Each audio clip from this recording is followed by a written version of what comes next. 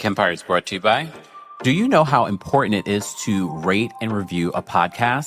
Rate and review the Kempire podcast today. 5 stars. Let us know what you love about the podcast. Rate and review the Kempire podcast on Apple Podcasts and on Spotify. Did you know that you can watch the Kempire channel on YouTube, Facebook, and on Twitter? Follow us on all of our platforms. More information on our YouTube, our Blue Sky, our Twitter, aka X, and more socials, and every way that you can support us will be available in the episode notes. You're listening to Kempire here on the Kempire Radio Network.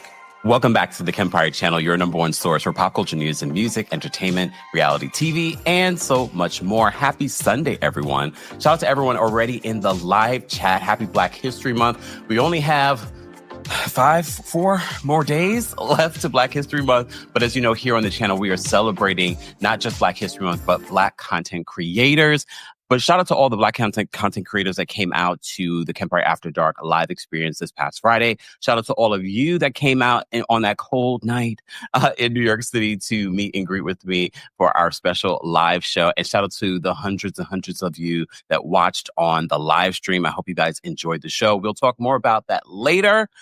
But first, I decided that I wanted to do something a little different here on the channel because so many of you ask about my travels and the travel experience, tips and tricks and things like that. So I decided to bring someone that has the same sort of passion for traveling like I do. Not only is he a fellow YouTuber, but he's also an author. He was a DJ, and he is a travel enthusiast. Please welcome back to the channel our friend and the only cancer man that I probably like, DJ Richie Skye. Yes, come on. Wasn't ready for that part. Actually, I should have been ready because I came to your show in DC and I heard, okay? I should have known better. But when I was listening to your intro, I felt like I was about to come out on the Sherry Shepherd show. Yes. I love it. I absolutely loved it. First of all, DJ Richie Skye. We were just going to call you Richie. Yes, please. Okay. First of all, welcome back to the show. How have you been? We saw that you posted that you had lost your father not too long ago. How have you been? It has been a journey, man. First of all, I wasn't ready. This wasn't anything that we saw coming. You know, we found out that my dad had lung cancer. I was in Mexico on a trip during the election because I just wanted to get away. And I had to cut my trip short because my mom called and said my dad was in the hospital. And we thought that the prognosis was good. I mean, he was supposed to be going to do his radiation, chemo, but somehow, some way, his lung collapsed during the process of him being on oxygen at home and waiting for his PET scan results. And it was just, it's something that shakes you and you kind of just, for the past 2 months, I had been in a really dark place, but still trying to work because it was the only thing that was making me feel normal. Well, I started going live a lot more, mostly because it was giving me interaction with, how that feels, that interaction with the community, because it's a bit different when you can have it immediate, right? Versus doing a pre-recorded video. Yeah. So that has been helpful to me. Going home to visit my mom, as I've told you before, on the weekends has been something that's also been helpful. To see her be independent was something that I've also needed to see because kind of think this is somebody who has been with my dad for 50 years. So now it's how is she going to manage all of this by herself? So I've just kind of been there, probably more for me than her, because I feel like she's like, go live your life. But I'm like, girl, I need to make sure you're all right, Yeah. So it's been a journey. It has been a journey. But I want to say thank you for also being there through a lot of that and just the messages and just checking in and, you and Brooke and Taria, and Q, just a lot of people have just been there behind the scenes, just checking in. And I really appreciate it. Of course. Look, I don't know what it is to lose a parent, but I do know what it is to lose a family member. And I know that it's a journey. And I know that there will be times that you're fine. And then there'll be times, I'm telling you, a year from now, 2 years from now, 10 years from now, where something happens, you're like, ooh. So, but I appreciate you being so open and sharing that both with the world, us as other, friends of yours. But you posted a video a few weeks ago talking about the business of losing someone. And how no one talks about that. And I was like, this is something that we have to talk about because I think it's important, especially when we have the platforms that we have. So can you just reiterate some of what you said in that video? Yeah. For me, initially, I didn't want to. I knew that I should do it, but I almost didn't want to do it because I felt like it was so transparent. But because it also lent itself to my feeling guilty about maybe not being there enough for my dad or not knowing enough. Yeah. I always go back to wondering, did I make the right decisions during those last days? So that weighed heavily on me. Yeah. I almost kind of felt like I'm posting this on social media. Social media, in my mind, I equate to fun and what I have going in my life, projects that we're working on and stuff like that. It was hard to reconcile me having that moment on a social media platform. Yeah.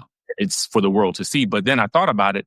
I was like, somebody else has to feel like this, because when someone passes, there is the immediate, it is literally immediate that actions have to happen. Yeah. Business has to be done. Decisions have to be made. There is no break. And then even when you do have a moment of downtime, you have family who is coming to see you. You have family friends everyone wants to be there for you. But that first 4 or 5 days, it's filled with kind of being there for everybody else. Yeah. And I hate to sound selfish, and I know it's going to come across that way. And I don't want to sound... No, just say it. No disclaimer. Just say it. It does feel overwhelming because you don't have that moment. And I understand for everyone else, they just want to be there. But in that moment, it's kind of like, I have no idea what I'm doing right now. And you're here.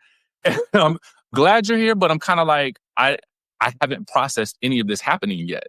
And it's just what people do. They want to show their support, but at the same time, it's hard because then once you get through the funeral, you've got to make sure that, the insurance company and the funeral home, that they remain separate, because they don't need to know how much is available, because you don't know what they're going to be trying to do. So then I develop a little team of people to help me manage this process, because it's overwhelming. And even to this day, 2 months later, it is still a lot of paperwork that's being done, being filled out. And nobody really talks about, there is a big business to death.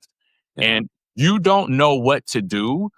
None of these businesses have any incentive to tell you. So if there's money out there, if your parents have accounts, just understand where those accounts are, what they mean.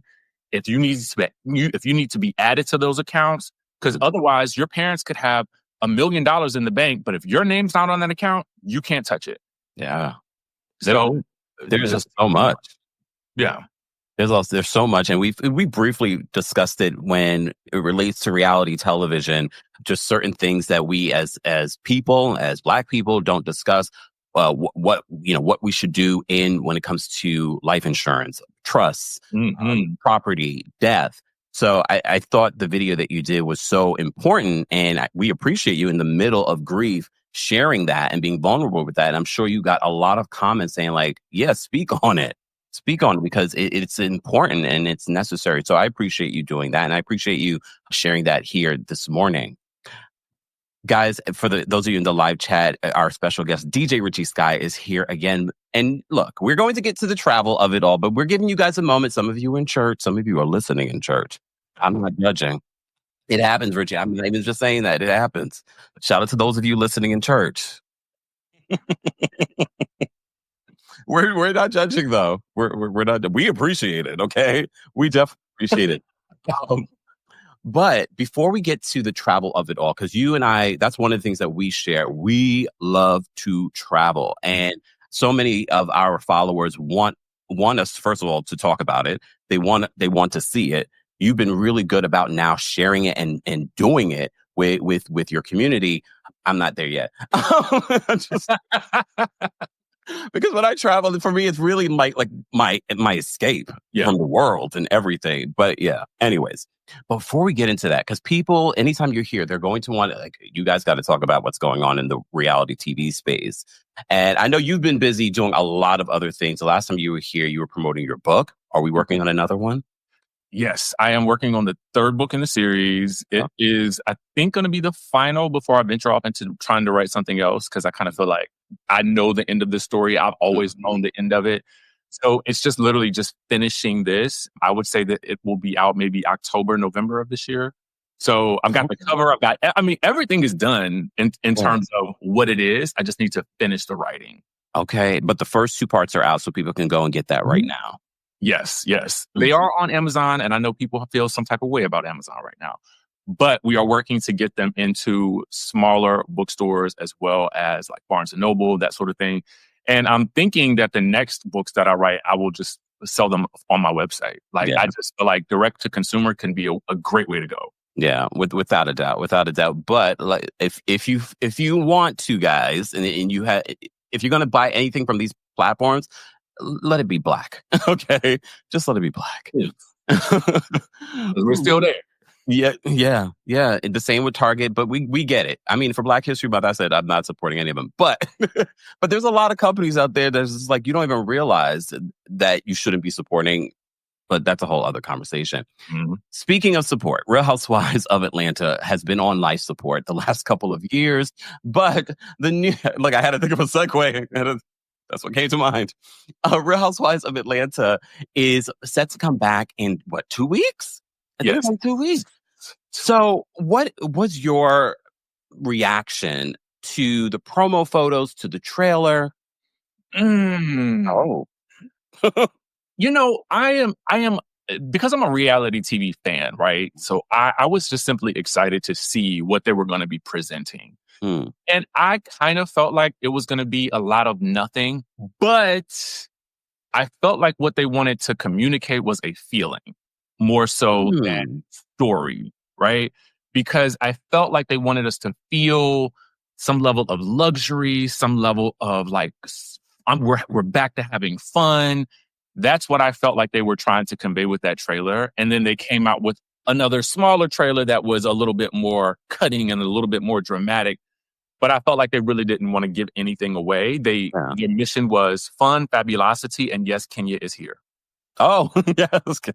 Still here. No promo photo, but still here. Still here.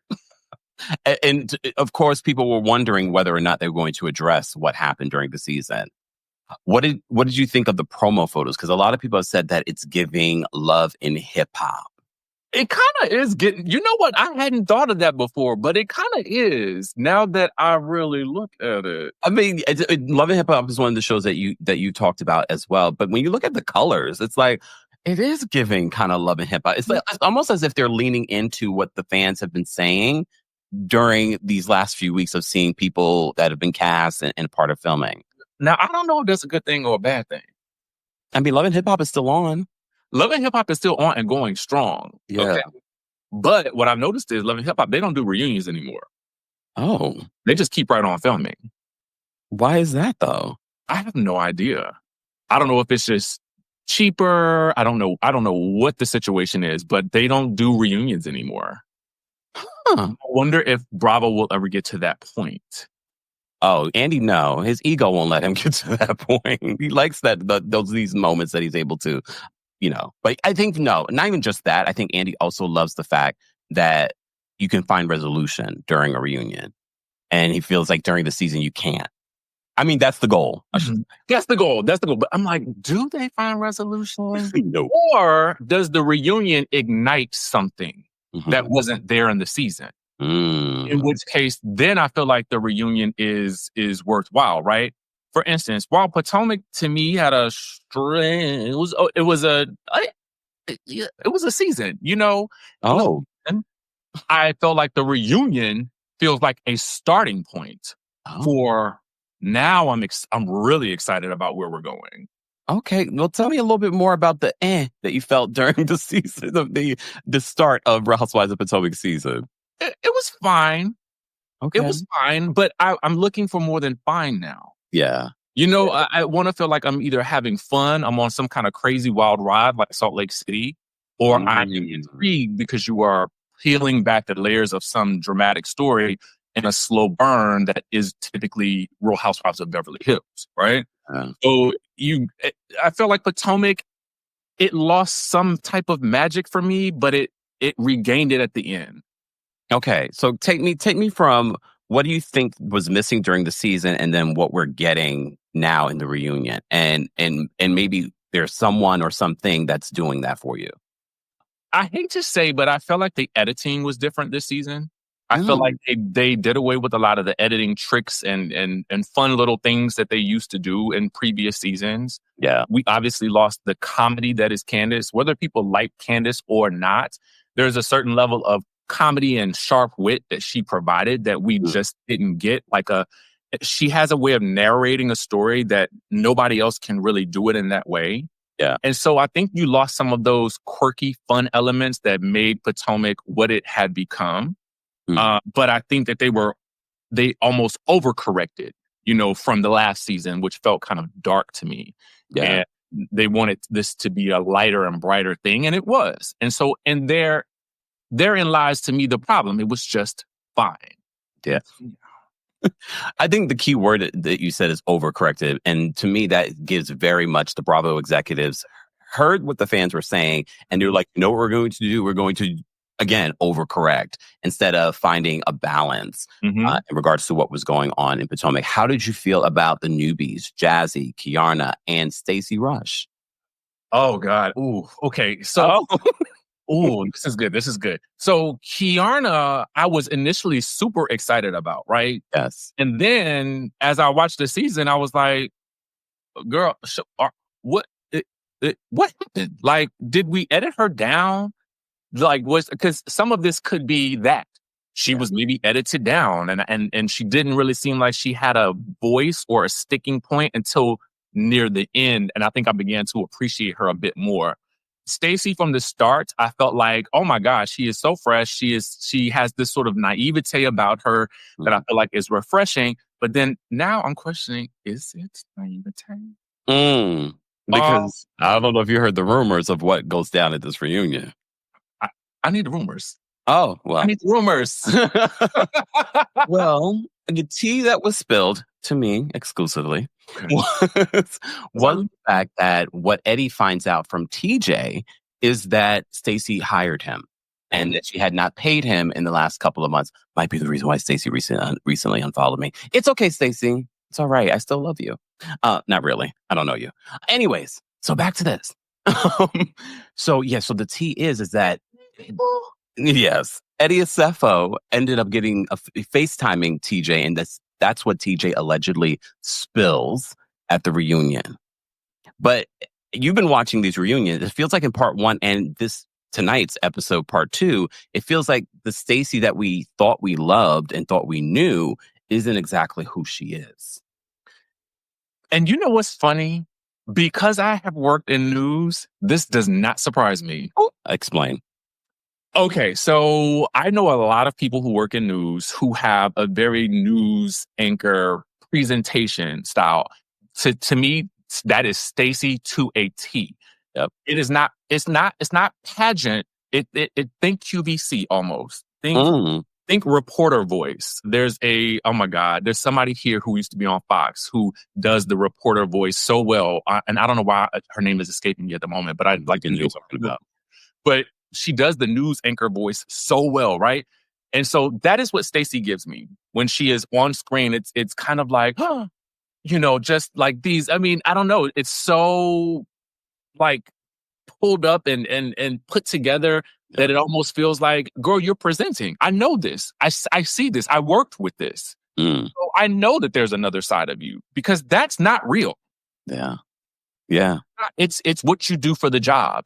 And I think she took the QVC element of her job, and she brought it to Real Housewives of Potomac because that is what she knows. And literally brought her coworker, TJ. You got to at least find a trustworthy coworker to work with. Yeah, like the coworker got to be ride or die. But I guess if the plan is payment, you also got to pay. And I wonder how. That's the one thing I didn't get. I should find out that. How much did she actually pay him to do this? Because he wasn't her. Go ahead. Say it again. How much is owed? What? Apparently, the word on the street was that either she missed 2 months' payment or 2 payments. Not sure what that is. I think he needs to send her to collections. But anyways, come on. First of all, she should. A lot of people are saying that she should get her money back because he didn't do her any justice this season. We didn't feel any sexual chemistry. He was very weird and harsh and almost abusive to her on camera. I didn't love that for her. I didn't either. Like, that's definitely get my money back because I feel like sell it to me. I kept saying that during the season. Sell it to me. I want to be sold to. I do. If I'm going to invest my time watching these shows and recapping them, you better sell that thing to me like your life depends on it. And if you can't do that, isn't he an actor on Days of Our Lives or some soap opera or something like that? How are they getting? You're being very generous right now. He is an extra, okay? Actor. Shout out to all the extras, though. Shout out to all the extras, but oh my God. I too have done some extra work and have never been paid for it. What? I'm mad about that thing. Absolutely. Was it worth it, though? Okay, so it was on I won't even say oh my God, I want to say it so bad. I will not say that. It's a 3-movie thing that I think it might be on BET still. And he didn't pay you? Sorry. They didn't pay. I mean, it wasn't BET. I think it was the production company, but this is when I lived in LA. I don't think we were there for like 12, 13 hours in a club scene. You were there for 12, 13 hours and you didn't even get the overtime. Did you get craft services? They barely fed us. They barely fed you? Yes. Can you say the movie, please? Well, I'll tell you later. Oh, okay. Damn, that is grimy. It is, but you know what? It's not an uncommon story. Yeah. Ugh. Unfortunately. That's terrible. That is terrible. Okay. This live is not about that. Guys, if you're just joining us, we have our special guest, DJ Richie Skye, here to talk about traveling while Black. But I wanted to pick his brain just a little bit more when it comes to the Real Housewives of Potomac, because we did not talk about our girl, Jazzy. How did you feel about... First of all, before we get to Jazzy, despite all the lying from Stacey, do you want to see her come back next season? I do, actually. I want to know who the real Stacey is. And I do feel like with a lot of these shows, they don't give people a chance to thrive. Mm-hmm. And granted, Stacey has seemingly made a mess for herself. I mean, she came really harshly against Mia, but girl, if you're doing the same thing, then you've got a lot to answer for as well. So I don't know. I want to see her come back because I want to see who she really is. But are Stacey's lies versus Mia's lies, I don't think they're the same. I feel like Mia's lies are dangerous in regards to someone's mental health, in regards to her children. We're just talking about lying about my boyfriend or my girlfriend. Ooh. I think the lying, I'm not condoning lying because I'm not never my back on scales. Yeah. But if we had to scale the lies, Mia's lies, allegedly the other T is that Mia ends up leaving the reunion early. That's the word on the street. She ends up leaving the reunion early. My thing is, if you already there, stay and get your check. Right? I mean, probably still got her check. She was in the shame spiral, according to Andy. But still, stay and get your check. Girl, you leave, you might forfeit that check. So at least get your money's worth. Let them berate you. Go ahead. I mean, what happened? She seems like broken down from part 1. So I don't know if that's an act or if she really is feeling the weight of what people have been saying on social media. Like, what do you think? I think that, and this is me just watching her on the show, I think it feels like exactly what Wendy said. There is a difference between you feeling remorse for the act of ditching your friends that have come to see you in Miami, and then you being called out about it. And now you're embarrassed. I feel like it's more of the tears are more, I have been called out about these things and now I'm embarrassed. Yeah. That is, I think, where she is. Do I think that she's had maybe she's had a hard time dealing with life? Yes. But it's also one of those situations where just because you have been cut doesn't mean that you need to bleed all over everyone else. That's a word on this Sunday for the people in church listening. Now you can say amen, people in church. Amen. The pastor's still talking about something else. Amen. The person next to you like, she feeling the spirit over there. Shout out to the people in church. Shout out to people leaving church. Amen. Okay. I promise you guys, we will get to the travel conversation. We're giving people an opportunity to get into the room and leave church. Okay. Jazzy, do you want to see Jazzy come back? She brought her whole wedding invitation. You know what? Bravo loves a wedding. So I say yes. I think that I need for Jazzy to, again, she felt like someone else who gives pageant answers. And I don't know if that's her background, but I felt like she was a bit more real and loose when it was time to confront Mia about Miami. Not loose. Like that. I'm like, now you're kind of like, okay, you done uncinched that belt buckle a little bit, and now you're ready to play. Yeah. If you can give me events, if you can give me fabulosity, if you can give me your real life, whether it is messy or not, I feel like let's go.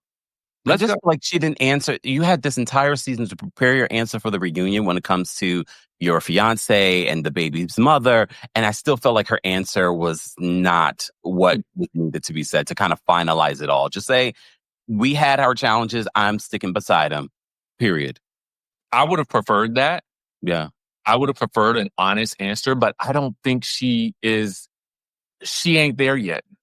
She ain't in the reality space of not giving an F, so to speak, and just truly just living in the moment. Because for me, you gotta have that. You honestly have to do, like, you have to say to yourself, there has to be a moment where you come to yourself and say, I'm in this thing now. Yeah. And I'm gonna give them the real, the raw, the messy, and I'm just gonna work my way through it. And if this is the reality of it and you're happy, that's it. Own it, but don't talk around it, because that's confusing. The same for both Stacey and Jazzy, and apparently they have a good friendship. So I can definitely see both of them returning. And quiet as it's kept, Jazzy brought more this season than Kiarna. That's what I'm saying. I don't know what I was supposed to be left with Kiarna, other than a relationship where her fiance.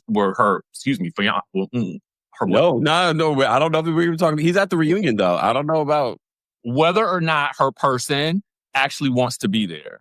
To me, that's like a red flag for production. Like, girl, like, you might just need to be a friend. Yeah. And originally, that was the word on the street, is that Kiarna was supposed to be a friend, and they last minute made her a full-time housewife. Not sure why. I'm not either. Yeah.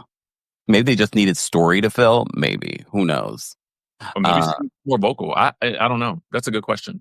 Yeah. Before we move on to travel, I promise we're getting to travel. Mm-hmm. Married to Medicine, your reaction to this new season. It's getting hot tonight. Oh, God.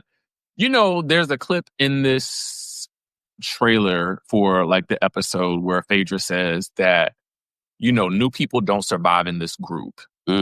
And that's how I feel about this season. I feel like it's a prime example of new people not surviving in this group. Yeah. And it feels to me like there was a heavy emphasis on bringing Sweet Tea and Dr. G back into the group, only for them to like literally ridicule them and break them down. Okay. Yeah. Mind you, they were in the process of breaking them down while they broke Quad down, sent her packing. Like, okay, if you, to me, the best fix for this cast is either there's the only fix. Oh. Every new person that you ice out, an OG has to go with them. Ooh. If a new person gets iced out, an OG's got to go. I think the dynamic would change. And I definitely think there needs to be some sort of shakeup for Married to Medicine in the next season. Phaedra's not coming back, which I'm fine with. I already felt like Phaedra coming on was ridiculous. But there definitely needs to be a shift. Nobody wants to see Quad versus Dr. Gregory for another season. How do you feel about Sweet Tea? I actually find her refreshing because I don't think that she is coming to film with an agenda, right? I feel like she's coming into this trying to film what is actually happening. Yeah. And she's reacting naturally, whether or not she makes those mistakes. That's what we want to see. Yeah. Right? For me anyway. And I felt like the group would have done better to try to rally the Dr. G and Quad and get them to a space where they could coexist. If that was going to be the thing, and conflict would have come out of that naturally, right? Because they still have not worked through that toxicity. I don't care what anybody says, they're still very, very toxic. Yeah. So and if they try to at least see if they can make it work, but instead it just feels like the cast is just like pouring fuel on the fire, and they're just like gleefully doing so to the detriment of then King and Sweet Tea. Yeah. First of all, so you don't think that Dr. Heavenly bringing Apollo and Phaedra together at this wasn't her way of trying to teach Quad and Dr. Gregory on how to co-parent Sweet Tea? I don't know what I don't know. I didn't understand. On the surface, I said, yeah, okay, that could work because they seem like but then I thought about it and I was like, that's a whole different situation. Ain't no kids involved in Quad and these relationship. Like, I mean, what we talking about? Phaedra don't want to be around this man. She definitely didn't want to be around Shireen. So why would you even think that this was going to be a good idea? And then to me, I felt like Phaedra got the short end of that stick because I felt like for real, who cares who she dating at this point? Yeah. Didn't he run off with Shireen? Like, while she was pregnant? Like, I don't know. So I'm kind of like, girl, get your money, get your man, get your money, do what you got to do.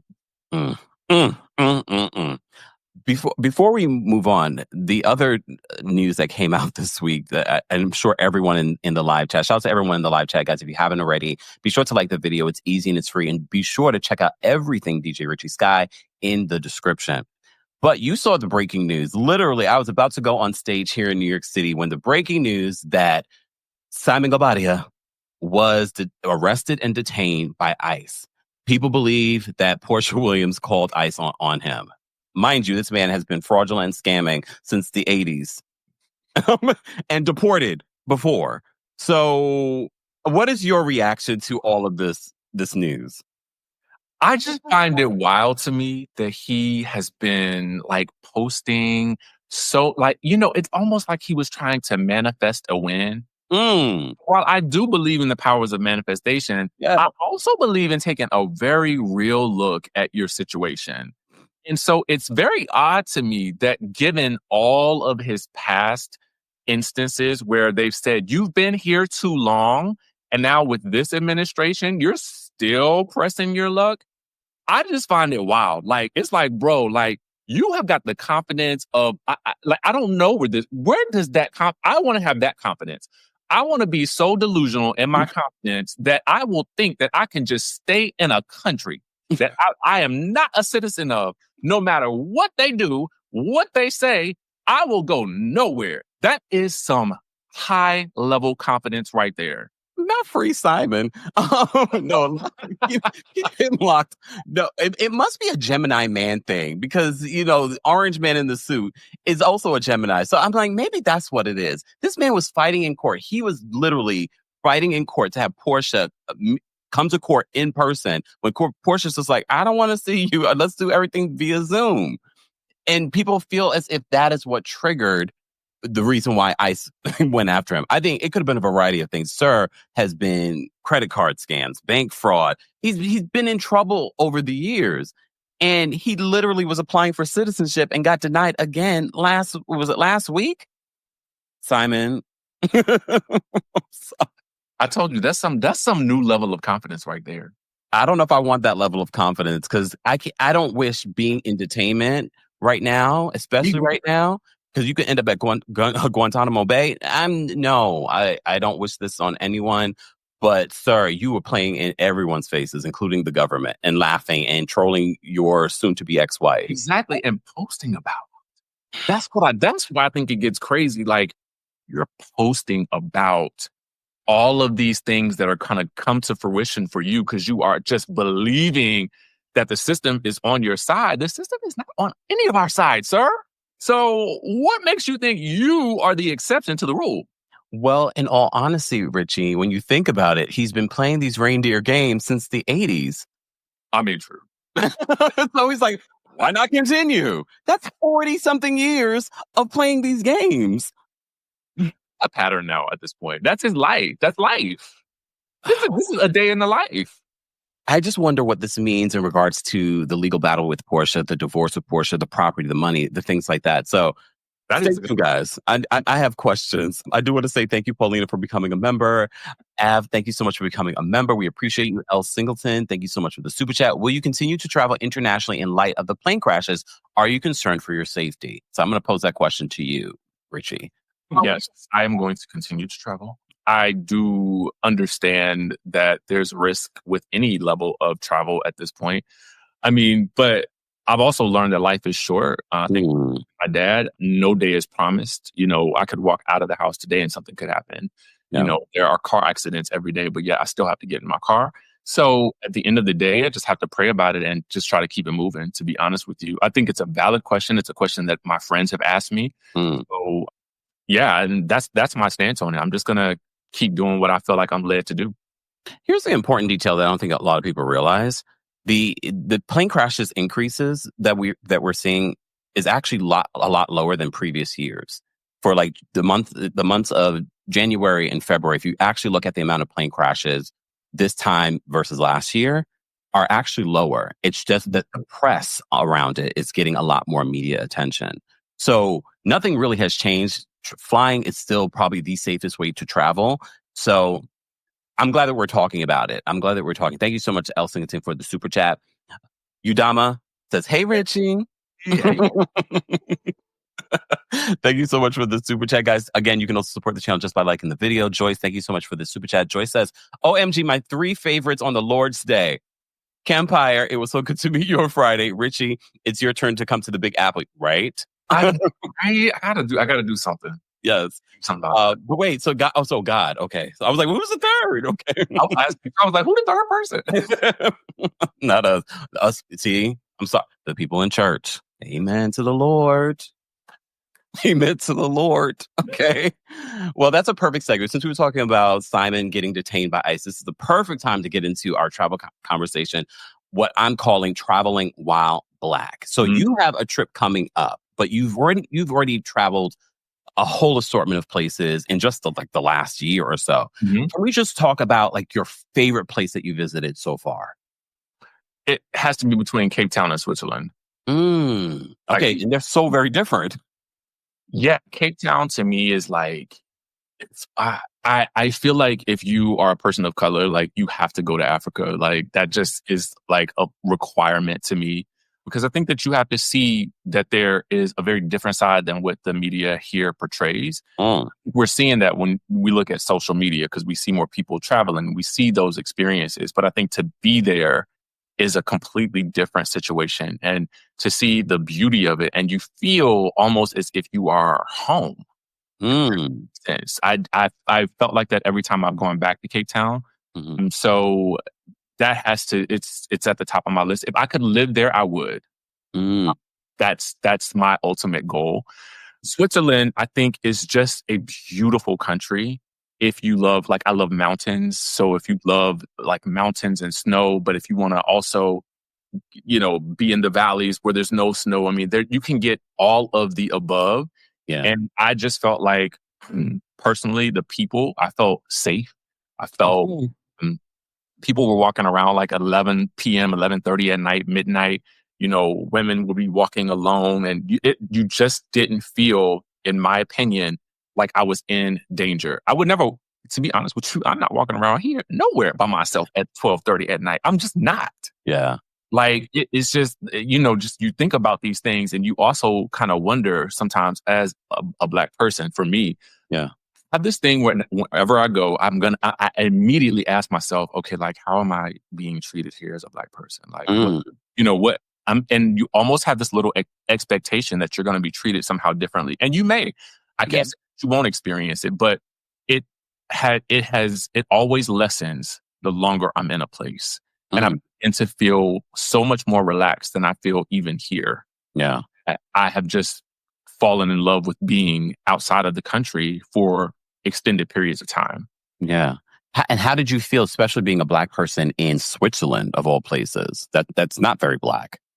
When I first got to Geneva, I would say There were instances because I was by myself that first day or so. Mhm. And I did feel like instances where people were like, if you would walk into like a crowded cafe or something like that, and they see, I'm 6'3" at this point, and so I come lumbering through, and you do see the, like people look, right? Mhm. But I would say that after I got adjusted to that, I didn't feel like it lasted very long because it was just like, I'm here, accept it, and nobody said nothing to me. And then I found this, another cafe where they were playing like Tupac, and I'm like, okay, let me go here for lunch, right? Yeah. And so I will tell you that I felt like there are two sides to Switzerland. There's a more French-speaking side and there's a more German-speaking side. To me, I felt more welcomed, I should say, in an already welcoming place on the more German side. Is that shocking, France? I mean, look, this is why we're talking about traveling while Black, especially Real. if you go to France. I mean, I've been to Paris, Yeah. but if you go to the south of France, I hear it's a little bit different over there. So I wasn't shocked. I was waiting to see what you said. I'm like, I wonder what side he felt more welcome on. I bet it was a German. And then you said, right, oh, there we go. Mm-hmm. Okay. What was like one of your favorite things to do in Switzerland? So just visiting the Alps, I think going into the mountains and seeing the villages, that were up there and just realizing like, this is a whole different way of life. Like, a lot of times, people are renting those, spots and the chalets and just kind of being amongst like, just people from all over the place who come there to ski or to, just relax or just write or whatever. It was a different feeling. And so to kind of like have these experiences where I'm like literally on top of the world and I'm afraid of heights, mind you. So like there's that aspect of it and and conquering those fears as well. So I just think that it's something that everybody needs to experience at least once in their life, because to be at that high of an elevation and to see what you see, you realize how big the world is, and it just gives you a different appreciation for life. Most definitely. What was the thing in traveling to Switzerland or even Cape Town that you wish someone would have told you before going? Oh. Okay. So Switzerland, listen, I went in March last year. So I wish that somebody had said, don't bring all these coats. Travel light, because if you're traveling for 3 weeks, one thing I learned is I just I gotta repeat some of these outfits. Like I wish I could be that person. Huh? I wish I could be that person. I'm like, I've been doing really well this year though. In the last few months and when I've been traveling for the show, I've been doing really well in regards to traveling a little bit lighter. See, and doesn't it feel better? I guess. But there's still always a part of me like, but what if I need? But when you are in these cities and you are traveling every other day to a new spot by train, and you got to maneuver these trains with all of this luggage, and then when you get to the city or the village and you got to walk a mile up this hill to the hotel, you start really rethinking your travel logic and your packing logic at that point. So I wish I would have known that. Because when I got to those elevations, I could have just rented ski equipment or ski jackets or something like that. Yeah. I didn't know that then. Yeah. And that's something people should be thinking about when traveling somewhere. When I went to Portugal, I did a lot of research, and shout out to all the other, fellow travel content creators that do these types of videos on YouTube and on TikTok, because they tell you some of those things. And when I traveled to Portugal, one of the things they said, make sure that you're wearing the right kind of sneakers, because you could slip, fall. It's very hilly. Like you could really hurt yourself. And that's the last thing that you want to do when you're traveling is to it's better healthcare there, but whatever. But you don't want to spend any time in the hospital. But I have to say, even with even with sneakers, I feel like it was somewhat dangerous in Portugal, just kind of walking around, getting around, but you definitely don't want to wear anything that wouldn't be conducive for walking. So that's one thing that I would say about traveling to Portugal, but also watching these content creators that are giving you the tips and the tricks about transportation, about what to wear, about, just those little things. Cape Town, though, for you, what do you wish someone would have told you before going to Cape Town? The difference between black and colored.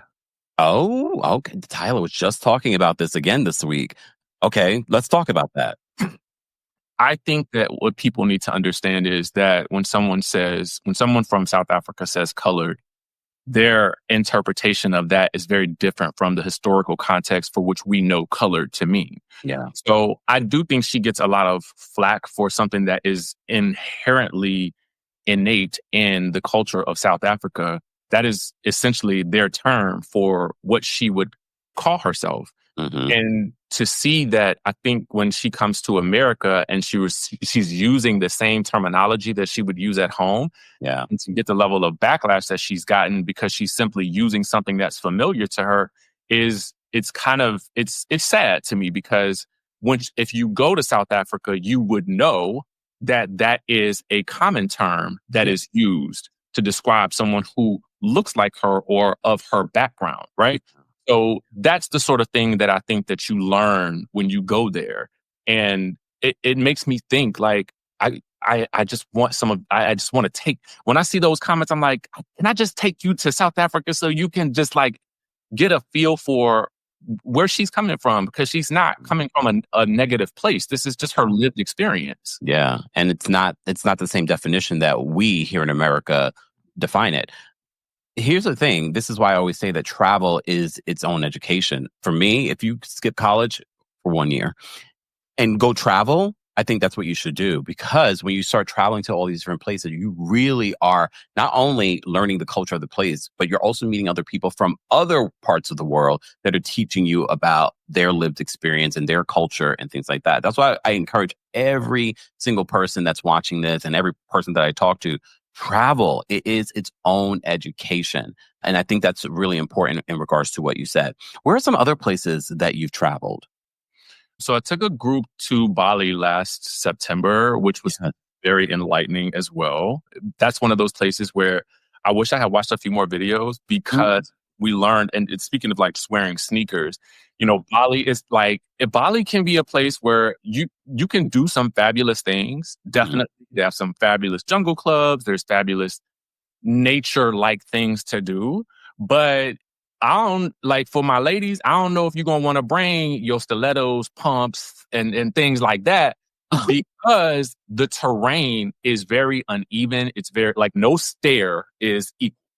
Yeah. So, like, if you're walking upstairs and you're expecting symmetry, forget about it. Okay. Yeah. Forget it. And we had experiences where people who were on the trip were like, yo, nobody mentioned any of this to us. And some people really pack stilettos to go to Bali?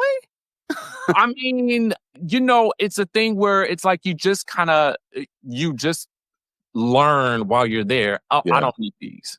Yeah. You know what I'm saying? Because you want to go to these places. You want to take your photos. You might end up in a club. You're going to go to a fancy restaurant. But how did you get there?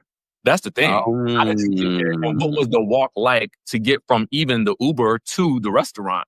Because you still got to go up this cracked marble. It's like, it's crazy. Yeah, I can't even imagine going to Portugal and trying to wear any sort of stilettos. Even one day when I was in Portugal and I was wearing sneakers, these particular type of sneakers I shouldn't have worn, but it wouldn't. Those other sneakers wouldn't have gone with the outfit. So I mean, that's the thing. You wanna have those moments that you capture, But I think it's like, bring them in your bag. See, here we go. Now I got to pack another bag that I can carry with me, Richie. See, this is where my mind goes. Okay, I got to pack a bag that I can take around. Not only do I have to pack my bag, I have to pack a bag so I can take around with me that will hold my shoes. I mean, there you go. You always have a book bag and a backup. Damn. A book bag. Okay, a swimsuit, a pair of swim trunks, and keep it pushing. What did you love about Bali? That's on my list. You know what? I think it was just the group experience in general. Doing a group trip it's like a project. Okay. So for those of you guys in corporate America, it's like project management, right? There's a lot of elements to it, a lot of moving parts, but I will say the impact is the most fulfilling aspect for me. Seeing people who would not have ever come together before, come together and then develop these relationships and a lot of the people in the group chat, they are still communicating to this day. And they've now decided that they wanted to go to Thailand with us. And so when you see that level of like, I had this much fun that I want to do it again, or I had this much fun with you and I want to keep in contact with you. Honestly, there was a moment at the end of the trip where I remember two people who had roomed together that did not know each other because, you know, it's double occupancy or single occupancy, depending on how you do it. And they may put you in a room with somebody that you don't know if you don't book somebody else that you know. And I remember the last night, one of the girls had not seen her roommate because she stayed in a room that somebody else had left earlier. Mm-hmm. So she had the room to herself. And I remember she was like, not frantically searching, but she was like searching for the person that she had been rooming with. Yeah. Because her flight was about to leave to go back home. And she was like, I'm oh my God, I was looking for you. And I just happened to be sitting with her. Yeah. And when I saw them hug, because they didn't spend that last night together, and just, it was the way they just embraced each other. I was literally in tears, man. And I know, and shout out to Lisa, that's one of the people who was there. She was just sitting there. She was just like handing me tissue. Like, yeah, here you go, cancer. Being all vulnerable. That's good, though. That's very nice. I like that you're being vulnerable and you're shedding tears in front of all of us. No, what you say is really, really true. I did a group trip. It was a tour that I did. It was a lot of older people, and it was me and my best friend. We were the youngest people on this tour. But you're spending, I think we spent like 3 weeks together, almost 3 weeks. By the end of that, you are either hating the people or loving the people. And for the most part, you're loving the people. Mm-hmm. And talk to me a little bit more about these group trips, because I know we've talked about it before, but I want people to understand it because I know you have one coming up right this week. Yeah. You have one coming? Yeah, go ahead. This week, we're going to go to Thailand. In September, we have Zanzibar. And then in November, we have Cape Town. Wait, in September, you have Zanzibar? Yes. September, and then what? Through the 28th. What? Okay. And all of that information is available in the description as well. So Zanzibar in September, and then you said one other one. Cape Town, November 30th through December 7th. Okay. And how does it work to be a part of this with you? You literally you can put a down payment or to make your reservation. And from there, you can pay over time. So we allow people enough time so that they can pay, you can pay in one lump sum if you want.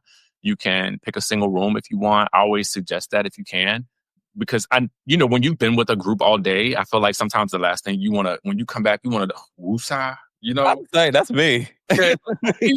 So, but yeah, I mean, we have a lot of fun. And then we have group chats for each group as we are preparing so that we can keep engaged. If you have questions, I am there, to answer anything along the way. We keep a highly engaged group for each trip. And it just becomes something magical to me, because I knew when I left Switzerland, I was like, more people need to come here. Mm. Like, why don't I see more Black people here? Mm. And I realized, I'm like, maybe it's just not on a lot of Black people's radars. Yeah. And so I began to try to find places that were either on people's radars or maybe not necessarily on their radars, because then they would have the opportunity to see or do something that they hadn't done. And a lot of the people that come with us have never traveled overseas before, or they've never traveled by themselves before. And now they are risking it all to, kind of come and be with us. And that means a lot to me. And I think that's fantastic, because you're right. There are a lot of people that aren't willing to travel by themselves, but at least with this sort of situation, you're not by yourself. You're with people that you are getting to know, and it's being head up by someone that they know and love as well. So I think that is an amazing opportunity. Yeah, I think it's just also like I said, giving people an opportunity to see things that they've never seen before opens their eyes to what they can do and what they can be. And I just think that that's super important, especially right now. I think that people need options. I think that people need to see that there is more than one way to live. And when you start to see that, then you just start to grow and you start to realize, I don't have to be here. No, I don't have to take what's happening right now. Or if I need a break, I can take that break. And now I've done this before, and now I can do it again. So with the group trips, we allow people to do that in a safe space with a group of people that they will feel comfortable with. But I also try to work with people to teach them how to travel solo, to do it alone and get discounts on hotels and all that type of stuff as well, so that you don't have to feel like I have to be this influencer or I have to get, I teach you how to get paid to do it, but on your own terms. Yeah. I think that's awesome. Shout out to everyone that's joining us. I'm here with our special guest, DJ Richie Skye. All of his information, including all the travel information that's coming up, is available in the description. Danielle, thank you so much for being a member for 32 months. She says, my two favorites. Hey, Kempire. Hey, Richie. Miss you, friend. Hey, Danielle.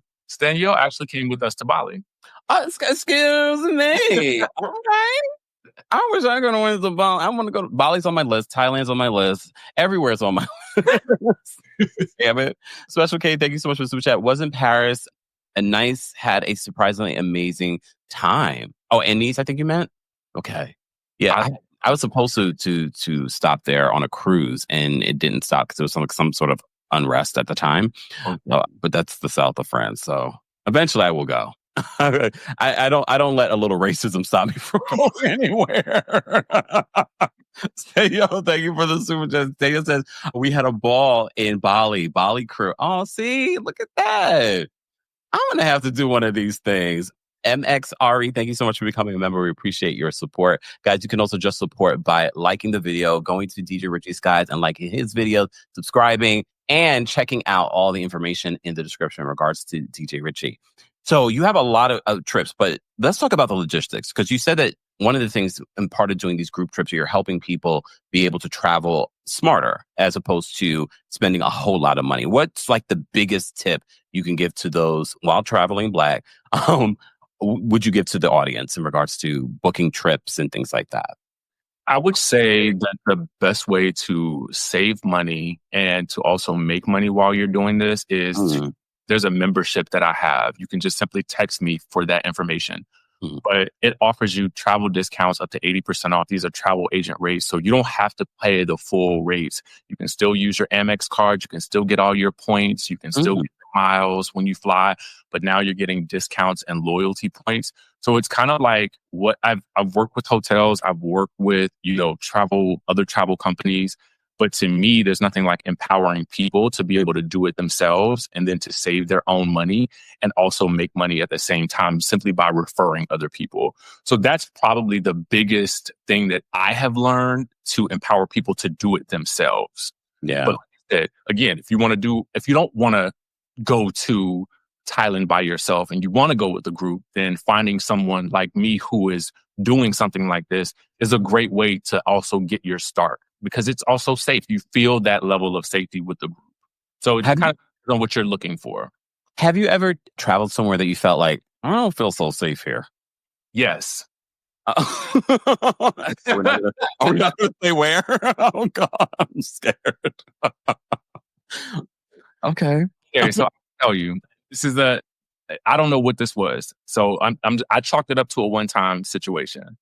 When I landed in Dubai, I remember it was like 5 of us that were traveling. So it's 2 Black guys and there were 2 Black women, right? And a child. So I want to give you just bare descriptions, because I want you to see the scenario unravel without knowing who I am, right? And it's the 2 guys, me, okay? And we are walking out of the airport, and there are 2 armed security guards near the exit to the airport, and they are approaching us until the 2 Black women who were with us, who were also with a child, approached us, and they saw that we were together. And the guards turned around and they just walked away. Right up on us. So there was no mistaking that whatever, I don't know what the case was. I don't know what they were coming to ask or do or say. That was probably the only time that I felt like, am I in danger right now? Like, I'm about to be pulled back into some back room and I don't know what that was.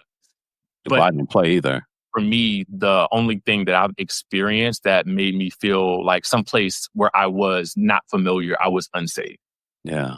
Ooh, ooh. I mean, and look, everywhere you go, there are, even here in the United States, there are places I'm sure we all go to that's not our hood or whatever, and maybe our hood, and you don't feel unsafe. But I think that's interesting because especially with all the stories we see coming out of Dubai, people getting, arrested in Dubai. Where's Onijah Robinson Ahmed? Where is she? I'm just, look, I haven't heard anything from our girl from Pakistan. Huh? No, she's not. Last I heard, she's still in Dubai. They had taken her off the airplane. She was, I guess, leaving Dubai after causing a ruckus.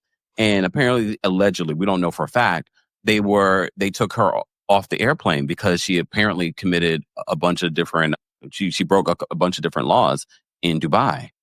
And see, that's the other thing you gotta, that is another big thing for me is respecting the culture. Especially traveling while black. Please respect the culture. Outside of that experience, I had a blast in Dubai. Outside of that, I had no negative experience. Like everything was, it's still one of my top places that I feel like I want to be back. I want to go back there.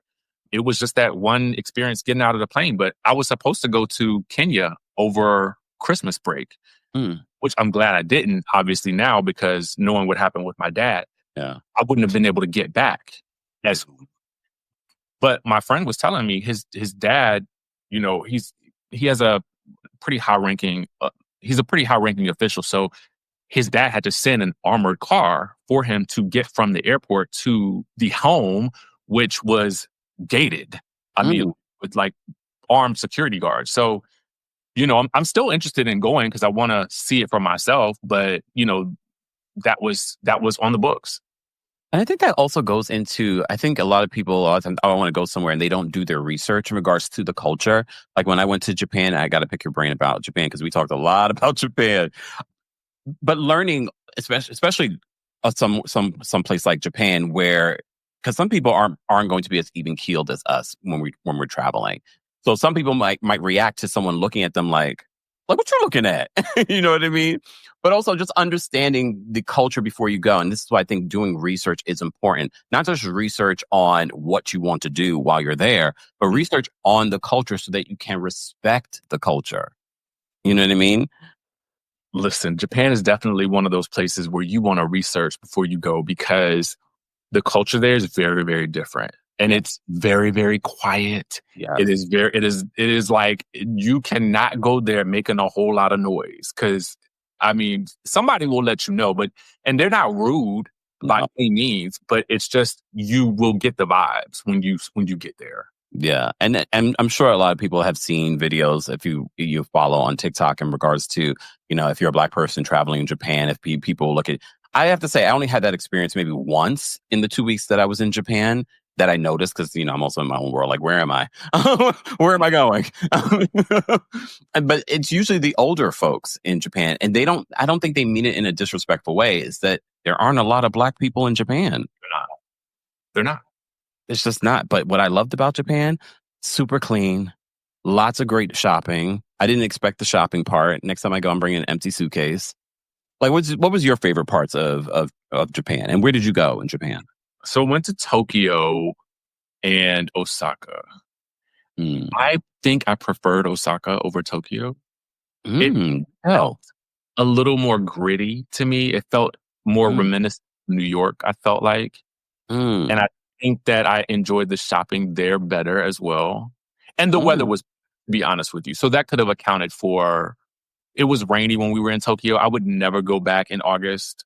Knowing what I know now, it's like, that's like their rainy season. So it's like, again, that's a research thing. It was a last-minute trip. And so at that point, it was like, okay, the trip made it out of the group chat. Okay, let's go. We're going. Right? But yeah, I would say that Osaka to me just felt more familiar. Yeah. Okay. I need to, there are other places. I went to Kyoto in Tokyo. I loved Kyoto just because I spent New Year's in Kyoto. I mean, Kyoto's a lot of temples and things. I love that. To me, that must be like the nerdy history side of me. When I travel, I love seeing that stuff. So I really enjoy Kyoto and ringing the New Year at a temple. And as you're walking through the streets, here in New York, you're probably just hearing fireworks and people screaming. There, all you're hearing throughout the streets of Kyoto on New Year's Eve, New Year's Day, are everyone ringing bells at the temples. So that's all you're hearing throughout the city. So for me, that was like such a magical experience to ring in 2024 that way. But I loved Japan because it was so clean. I came back to New York and I said, that's where I had the culture shock. Coming back to New York on the train, on the 2 train, looking down and seeing a pile of dirt, literally a pile of dirt. And I said, I'm not in Japan anymore. I'm not in Japan anymore. Damn. But I love Japan. I really enjoyed it. I really enjoyed it. So you have Thailand coming up. Are you excited? What do you have planned? And you're doing a group trip, right? Yes. Am I excited about it? I hadn't been excited because I felt like I'd just been dealing with so much with like just family stuff. Yeah. And then I have a slight passport issue that I have to get rectified tomorrow. Right. It's crazy. Ice is out there. I'm playing. Okay. As we learned. So, but I think once I start packing and once I get to the airport, I will be excited. I mean, we're going to do it all. We're going to be going from Bangkok to Phuket. Recently learned that there's a 44-pound weight limit for your bags when flying international. Like, important detail. Yeah. So that's going to be a little bit of a struggle because I'm like, I got to really pack light now.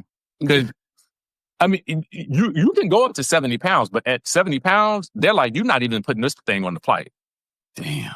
Because if you think about it, okay, if you're flying over there business class, you have a 70-pound weight limit, right? Yeah. You're flying typically like economy, it's usually about 55 maybe or so pounds. And then now you have to take that down to 44 pounds. You already know I have a problem. I'm like, what?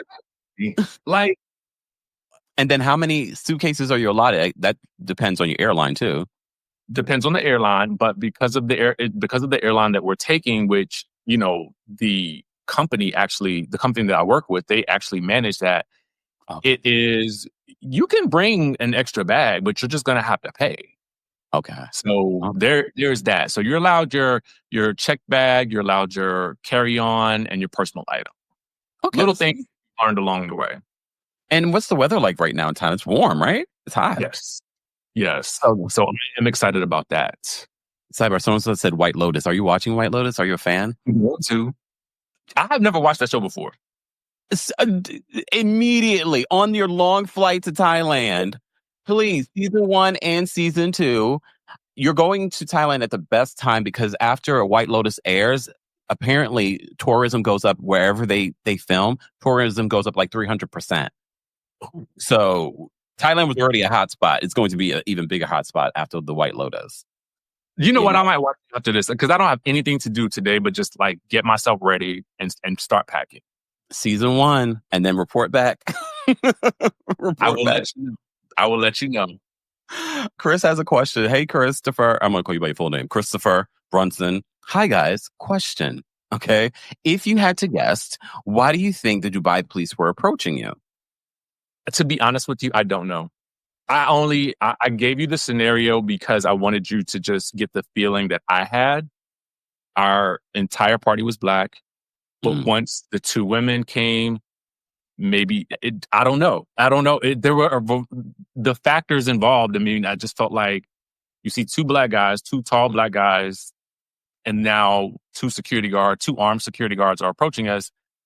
I can only reasonably assume one thing, but I don't want to assume that because I try not to live my life via the lens, hate to say, like either a white gaze or anyone else's gaze for that matter. So I don't know. Have you ever experienced any like outright racism while traveling? Not particularly. And I think it's a hard question to answer, right? Because I think that sometimes when people look at me, they don't know what they're looking at.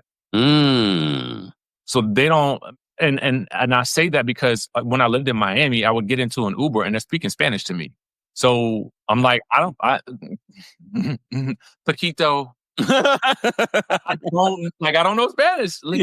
Again, so I think sometimes when I'm when I'm maneuvering, I just have to also be cognizant that, you know, it could be a variety of factors that could impact why I do, why I am maybe seen a certain type of way or not. So I don't Case know. of demise too. Yeah, it's like it's those factors that I also have to be cognizantly aware of that could deter someone from Yeah. making a racist statement or not. I love that you said that, because I've been to Amsterdam like so many times, and I do want to hear from you. Like, where's the one place that you've been to so many times? And I remember Ari Lennox coming out talking about her experience in Amsterdam, and in my head, I was like, I've never had that experience. But very much like what you said, my appearance versus maybe Ari Lennox's appearance is probably going to be treated differently, also because I'm a man. So I think that's so important to mention, because we don't know that experience. And look, I think when you're traveling, things are going to happen. I don't have, and not in my forefront in regards to a story of experiencing racism, doesn't mean that it probably was maybe, what's the word, veiled. And because I'm so oblivious, you got to be very obvious with me with everything. I'm like, oh, maybe that was racism. I don't know. I don't feel red. Yeah. And look, and Tina says your hue can matter. Unfortunately.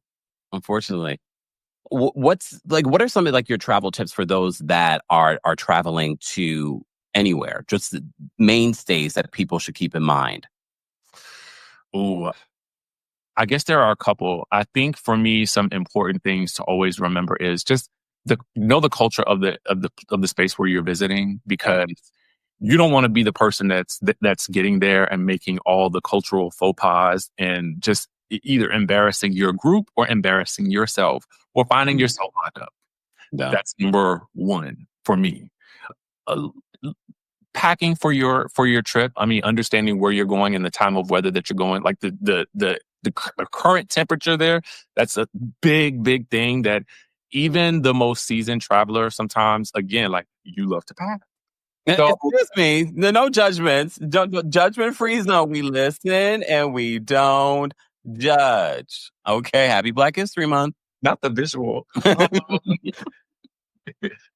But really understanding like what you're going to have to do when you get there, because that also will make a difference. I made that mistake when I went to Switzerland, overpacking, not needing all of these things, and just understanding what the basic essentials are that you will actually need. Another tip that I would say is I like to capture everything. I film everything.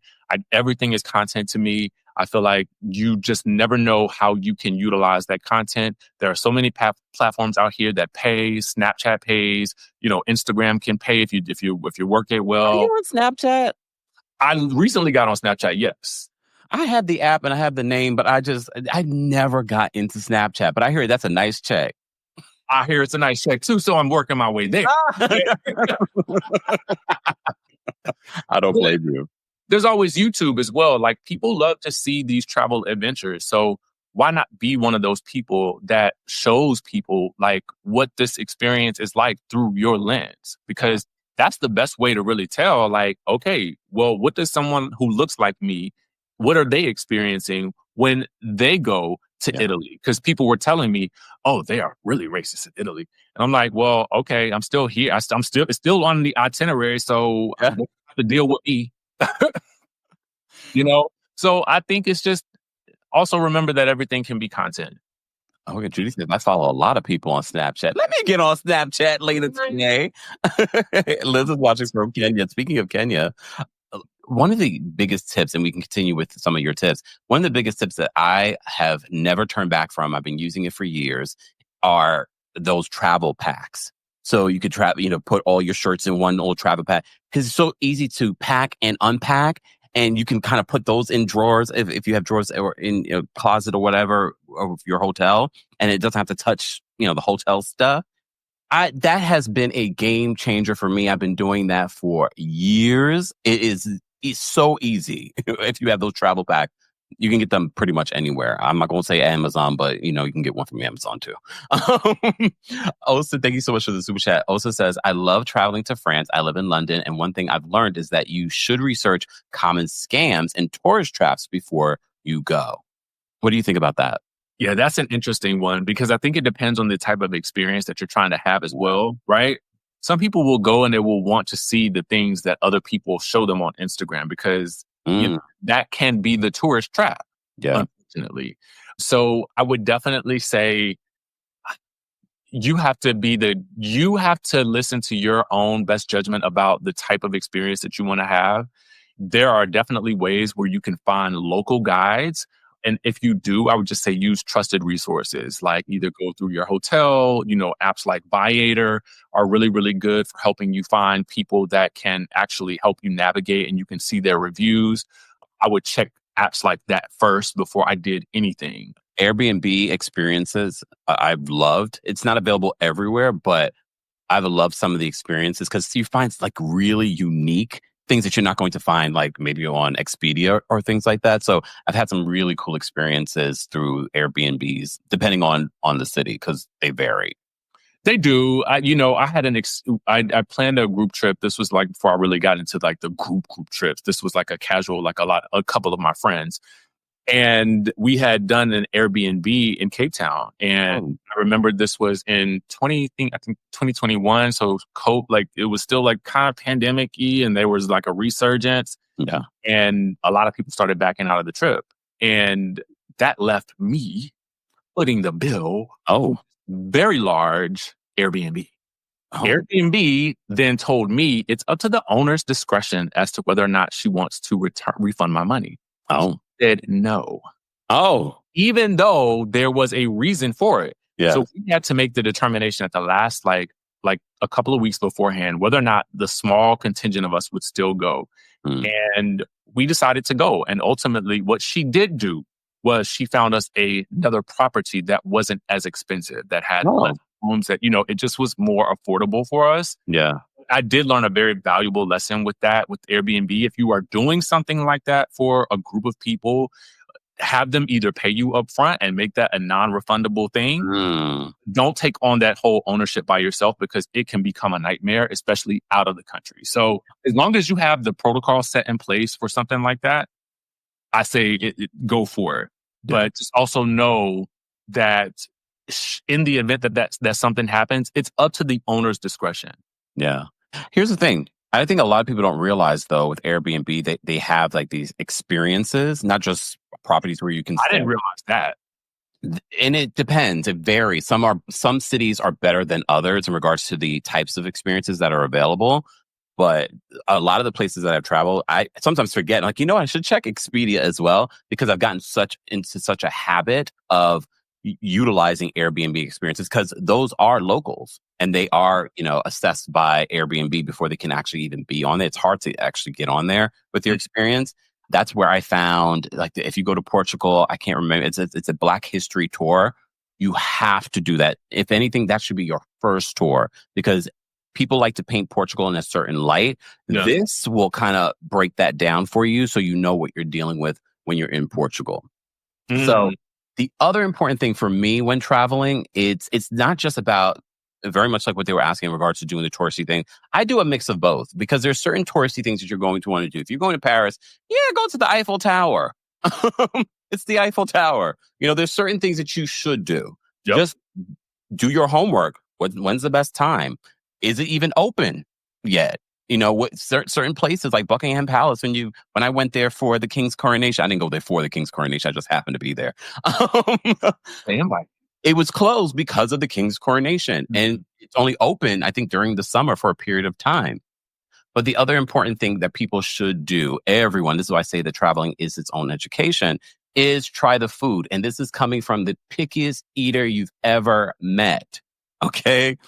Try the food because that is part of the cultural experience. Are you a picky eater, Richie? I am not. I am and I am not, but I will. You am and you am not. Hold on, sir. I'm only picky about certain things. Like, I don't like onions. Like, don't give me no onions. Like it's little things like that. Okay. But in terms of like trying like the things that are available to me in like that are cultural specific. Yeah. In a certain space, I am all for it. Like, give me everything. I want to try one of everything. I am not the person that will shy away from that. And I think that that's also something that people have to remember when they're traveling with a group of people, is that there will be some people who are very much like, I ain't never seen this before, so I'm never going to eat it. And I have to remind myself also, too, that I have to let them experience that in the way that they choose to experience it. That's something I've had to learn. Not everybody is going to be like me. Yeah. You know, they have this cat poop coffee in Bali. What? Yeah, it's like Say that, you need to slow it down and say that again so people understand exactly what you just said. So at this one jungle like club, like they have like you first enter. I remember telling my cousin, I was like, I need some coffee or something like to wake me up. And as soon as I walked in, I mean, it's like Simon, I manifested it. And so, nothing go by there. So it was like this little station, and the cat is right there. And the cat eats like this coffee bean, and then it goes through the digestive process. And then after that, it comes out and they process it. And you can actually go through the process of making the coffee yourself and then tasting it. And it was probably the best coffee I've ever had outside of Switzerland. Also, when you went to Switzerland, that was one of the best coffees you ever had, too. Oh, Swiss coffee is like, I don't know what they do to that. I don't know what they put in it. It's not really black. It's like brownish, but it's good. It is so good. And you're not jittery. It's like enough to like give you a burst of like energy, but like you don't crash from it. Wow. But okay, back to the cat poop pop coffee that you drank. But you said it was the best? Second best, yeah. What was like the flavor? Did you put anything else in it besides the cat poop? No, just sugar. That was it. just sugar. Oh, okay. I really thought for a second I was like, wait, did he just say cat poop coffee? Yes. And the cat is right there. Was the cat cute? Did you take a picture of the cat? I need you to post the cat on your Instagram story today. I will post the cat. And tag me in it. I will tag you. You will see the entire process. I have a video of it. Oh, okay. I mean, some of it. Oh, damn. What are you looking forward to? Because you're going to Thailand this week. You have a group trip going to Thailand this week. You and I are going to have to sit down and have a conversation about it because I know everybody's going to be like, Kempire, when are you going to do your group trip? I've been telling him he should. I know he has. But when I travel, I really just try to get away from all of y'all. No. But I have done group trips before in regards to like a group tour. And what you talk about, the magic of what happens during that. When I went to Portugal, I did that Black History tour, and I met a couple of people that were subscribers and people that weren't subscribed. They had no idea. And the conversations we have a group chat. So it can be a magical thing. I just can be antisocial sometimes. Trust me. I'm an introvert. Cancer. I get it. Cancer rising. I get it. We had a couple of super chats I just want to address. And thank you so much for the super chat. Anne says, Hiya Kempire, reminder about ethical tourism, i.e. not riding elephants, camels, or posing with lions or tigers. These animals are often mistreated and drugged. Yes. Thailand, New Year in April, many parties enjoy. So you telling me that's when I should go to Thailand? It's April? Okay. That's what I heard. And brings up a very valid point. I think that's also important to do your research on that because I think that was a really popular thing. You would see people taking pictures with the tigers and things like that. And you're like, how do they do that? That's how they do that. And we don't want that. We don't want that. Sephora, thank you so much for the super chat. Sephora says, the thing that stops me from traveling solo is the language barrier. I know most of y'all of the world most of the world speaks English, but it blocks me from wanting to go venture solo. I need to woman up. What advice would you give to Sephora Bernard? Just pick a place and go. Like, I mean, to be honest with you, like pick something that you feel like maybe like a place where they speak English. And I think that's a good way to start, right? Mm-hmm. When you go to obviously the UK, you can go to France or you can go to Switzerland, and they're 9 times out of 10, the places that you're going to go, they're going to be speaking English. If they don't, they may not speak it natively, like and just naturally, but they will be able to recognize that you don't speak their language. Trust and believe, and then they will usually 9 times out of 10, if you are where the tourists are, they'll know. Yeah, and for the most part, a lot of the places you're going, because we've probably been to so many places where they don't speak English as their first language. And we haven't had a problem, but I also understand we have a different experience, especially as men traveling solo versus women traveling solo. I understand, which is you probably have a lot of women that travel with you on these group trips. So that's also another really great opportunity to kind of be able to go do this. And you're doing with a group of people that speak your language, that you're not doing this on your own. So I think that's fantastic as well. But all the places that I've traveled, the only place that I felt really intimidated by, and rightfully so, because based off my research, I learned some important words in French. But yeah, France, just speak English, because if you try and you butcher their language, like I was with my friend who speaks their language fluently, and they were judging his French, and he lives there in France. So I just stopped trying when I was like, you know what? Parlez-vous français? And they're looking at you like, and you will speak to them in French, and when you don't do it right, they're going to speak to you back in American, like in English. Excuse me. And real stank. It's okay. I'm coming back to France at some particular point. Maybe here, but I know. Yeah, I'm not even trying. But again, I have my translator. So my first trip to France I was like, whoo, thank God. But before going, I never rely on anyone. So before going, because this was a solo trip and my friend lives there. So I was just sort of like, I'm going to learn certain words. Do you speak English? Just certain key things. But as Richie said, start somewhere that may be like Japan. They're speaking Japanese all the time, but they will try. They will literally like point. They are probably one of the most politest cultures that I've traveled to. So they will try, even though I know that might be concerning to you and it can be overwhelming, and they're organized. Yeah. Oh my God. Super organized. I came back. I was like, y'all are a mess. United States is ghetto. Okay. Y'all need to get it together. Why aren't we doing these things? First of all, a bidet. I love a bidet. I have a bidet everywhere, even the public restrooms. I'm not using the public restroom, even in Japan, even though it was super clean. I'm not using it. It had a bidet. Okay. Where? I love it. I also love when your bathrooms, because I love a hot shower. You go to the mirror. There is a space.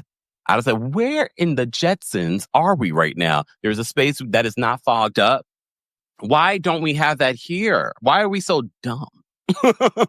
Honestly, the first hotel we went to, there was a keyboard in every room. And I'm like, why? It was a keyboard and a Bluetooth all in one. And it played classical music if you wanted it to. Okay. It was just like, this was like next level everywhere, every hotel we went to in Japan. I love it. I love Japan.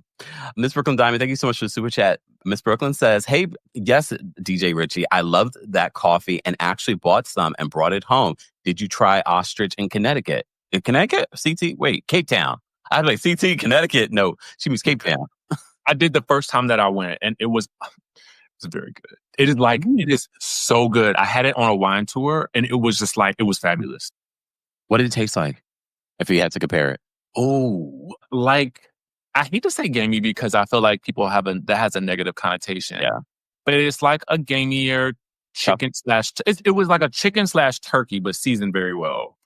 Okay, I'm going to try that.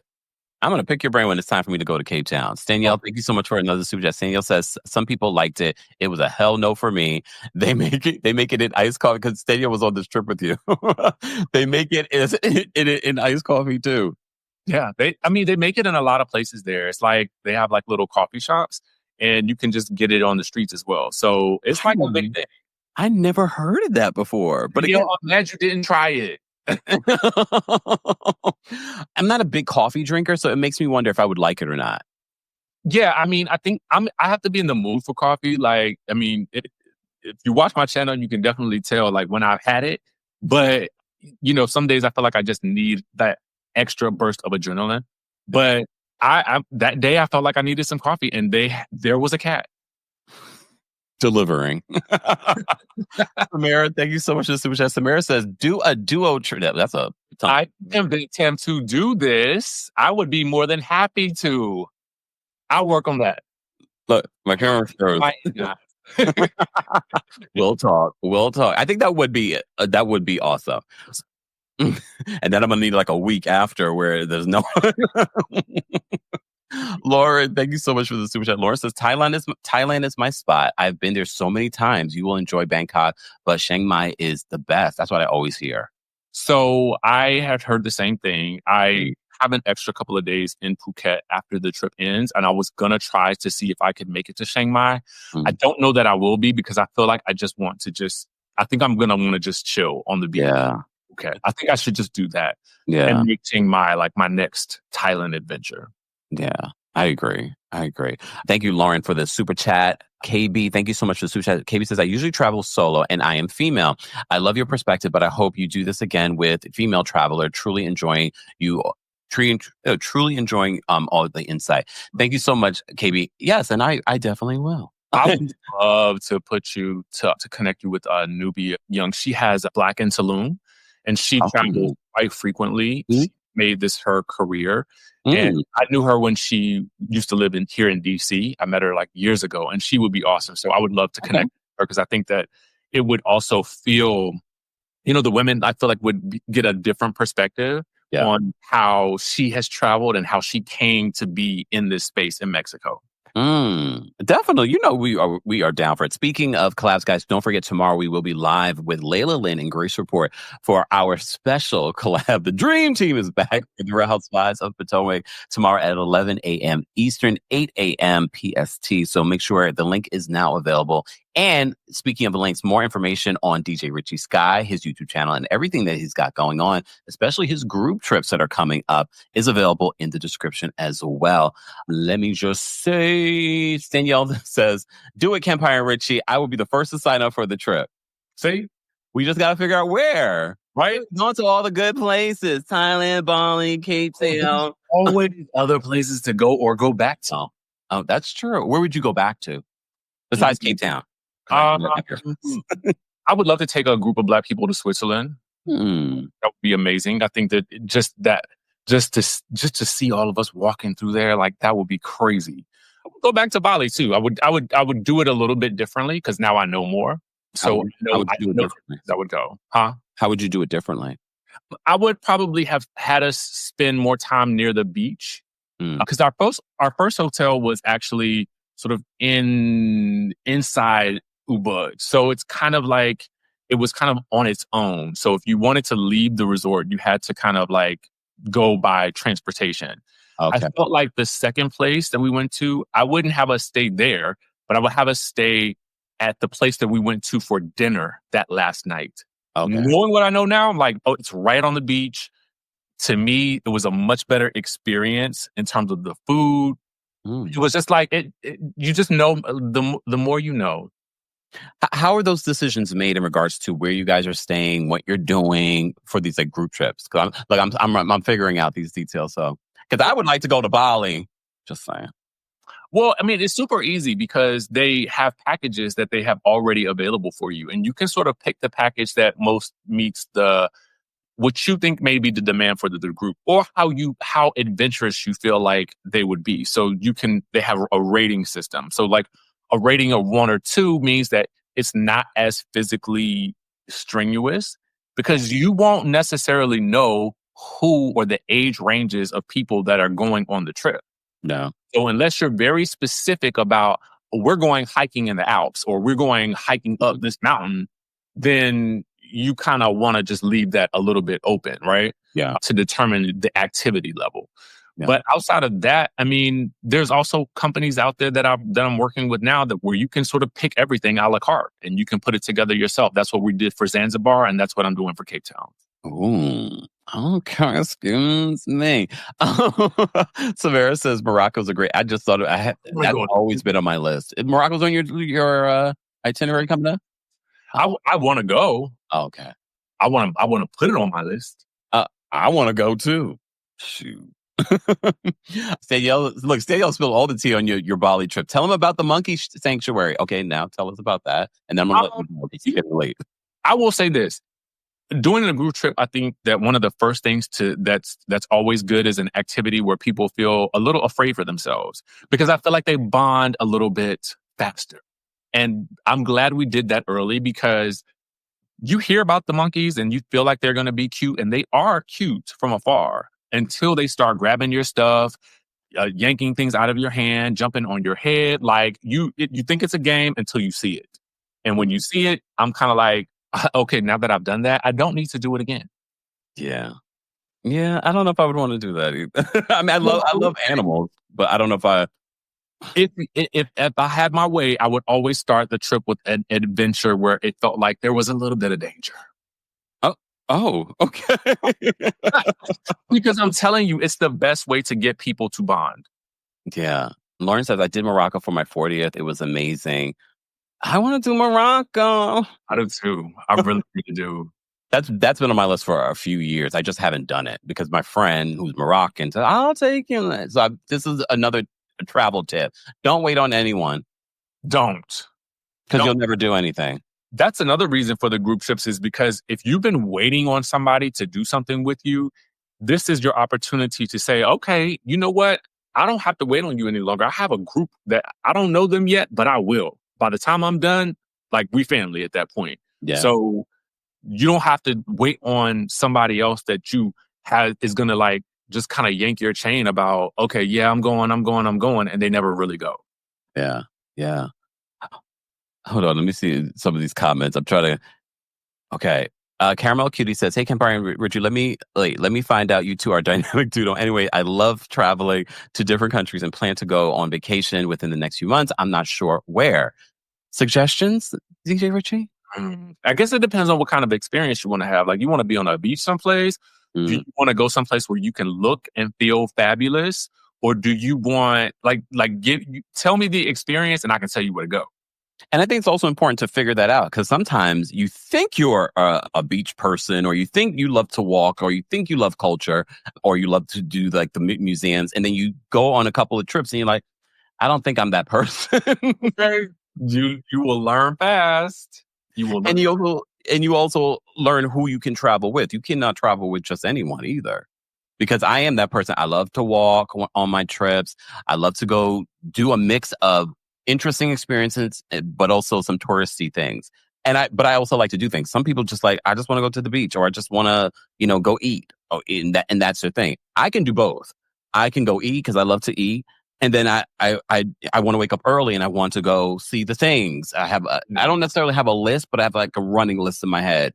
I don't want to go somewhere and not feel like I haven't done something about the culture.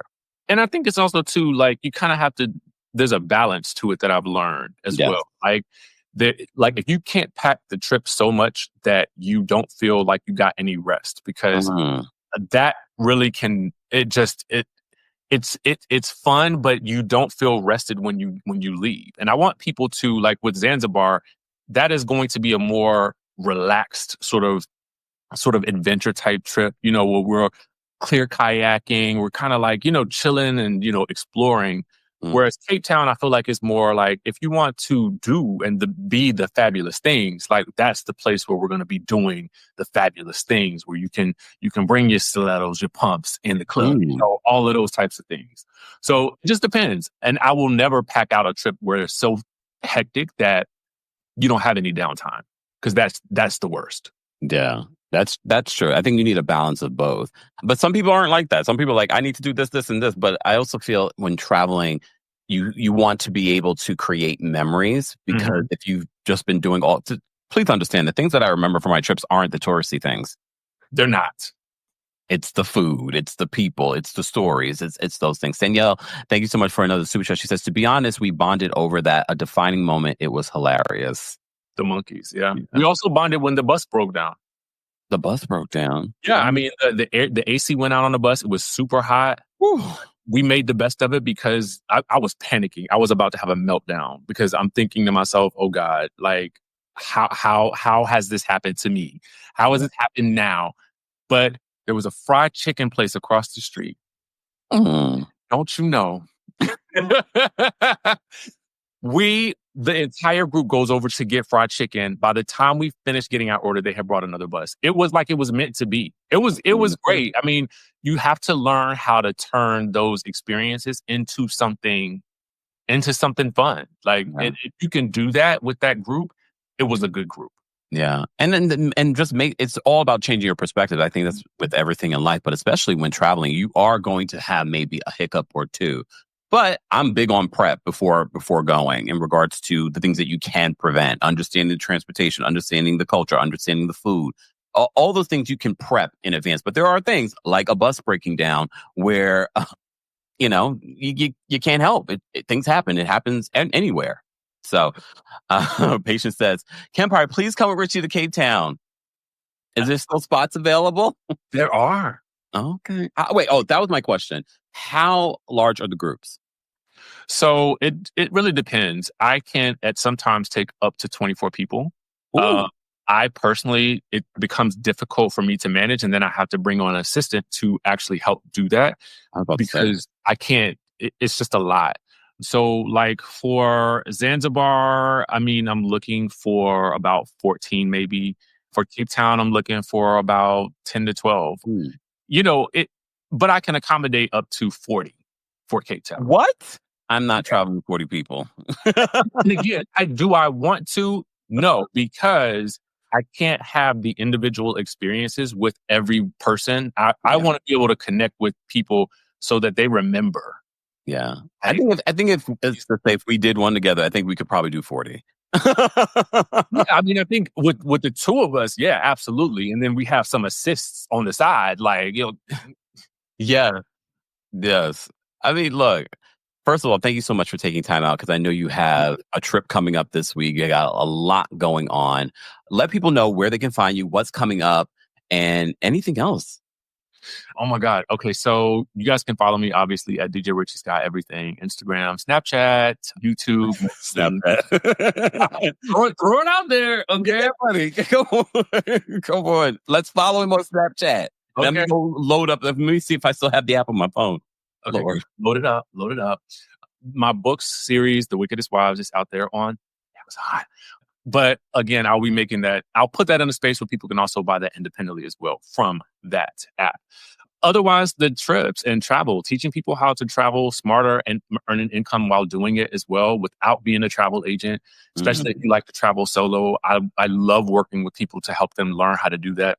Yeah. They can text me. That link is in the description of this video. So everything that you want to do, all the travel, the trips, if you are interested, I would love to have you. This is the life that I love. So I am thankful to you for allowing me the opportunity to just talk about this because I could talk about it all day. Yeah. And I think it's important, especially with, it's Black History Month and we're celebrating Black content creators. But I think it's important for us to start encouraging people, especially our communities that's largely Black women, to travel. And I think you creating this safe space for them to travel with you is important because I think they won't do it. Even with us saying, do it. I think this is a nice safe space for people to be able to do it. And you're still technically traveling solo, but you got a couple of friends that you're going to probably become good friends with. Who knows? Best friends. Who knows? Yep. Let me just see. Critical. Thank you so much for the super chat. 2 summers ago, I took my teenage daughter to Europe for 1 month. We visited London, Italy, Switzerland, and France. We are going back to Switzerland because only place being Black was not an issue. Wow. I'm telling you, Switzerland is not only beautiful, but I just felt so welcome there. I can't explain it to you. Wow. I'm going to have to, that's probably one of the few European cities I haven't been to yet. So I'm going to have to add that to my list. Definitely go to Lucerne if you can. Okay. It's absolutely beautiful. In Europe, where do you want to go next? In Europe, that you haven't been. I like you. I want to go to the south of France. I did not say I didn't want to go. I'm just be careful. Just saying. I want to go. I have not been to Amsterdam. What? No, I haven't. You should go. You would like it. That's what I hear. So I want to go there. Those are 2 places I want to go. I really want to go to Morocco. I really want to go to Egypt. I had been previously afraid to go to Egypt. I'm not going to lie. I just had let what people told me about it put a little bit of fear in my mind, but I'm seeing people do it and I want to go. Yeah. What parts of Central America that you might want to go to? So, working on a writing retreat in Costa Rica. I will be able to post about that soon. Yes. That'll be this year as well. I also want to go to Panama and I want to go to Brazil. Yeah. I want to go to Panama too, and it's not because of Kiara and her Europe cities.